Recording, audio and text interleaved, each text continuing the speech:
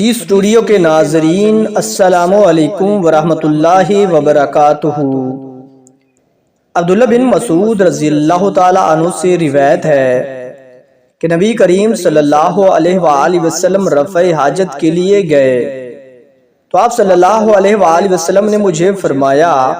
کہ میں 3 پتھر تلاش کر کے آپ کے پاس لاؤں،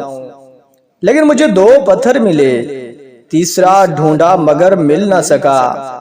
تو میں نے خشک گوبر اٹھا لیا، اس کو لے کر آپ صلی اللہ علیہ وآلہ وسلم کے پاس گیا۔ آپ صلی اللہ علیہ وآلہ وسلم نے وہ پتھر تو لے لیے، آپ صلی اللہ علیہ وآلہ وسلم نے پتھر تو لے لیے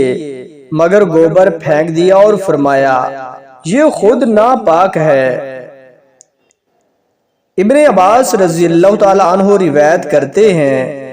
کہ رسول اللہ صلی اللہ علیہ وآلہ وسلم نے وضو میں ہر عضو کو ایک مرتبہ دھویا۔ عبداللہ بن زید رضی اللہ تعالیٰ عنہ بیان کرتے ہیں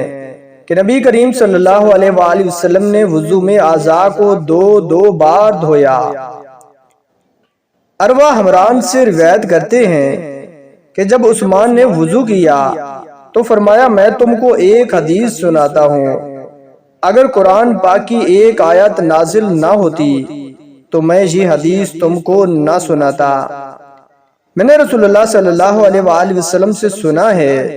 کہ آپ صلی اللہ علیہ وآلہ وسلم فرماتے تھے کہ جب بھی کوئی شخص اچھی طرح وضو کرتا ہے اور خلوص کے ساتھ نماز پڑھتا ہے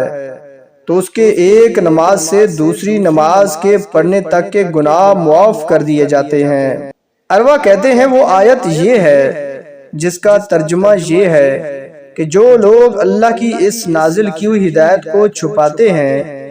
جو اس نے لوگوں کے لیے اپنی کتاب میں بیان کی ہے،